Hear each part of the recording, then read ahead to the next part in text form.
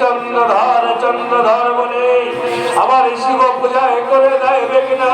কে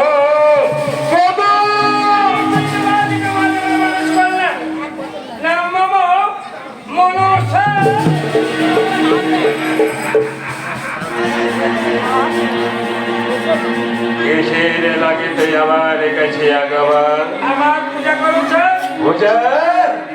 তোকে পূজা করবো আমি ভুলে গেছি সেই দিনের কথা ছয় খানে পুত্রকে ছেড়ে আমার ভক্তকে কথাতে কথা করে আগুনে দাঁড়িয়ে দিয়েছি আমার পূজা যদি আমার পূজা করিস আর তুলাই সত্য নেব আর যে ছয় পুত্র নির্ধারণ করেছি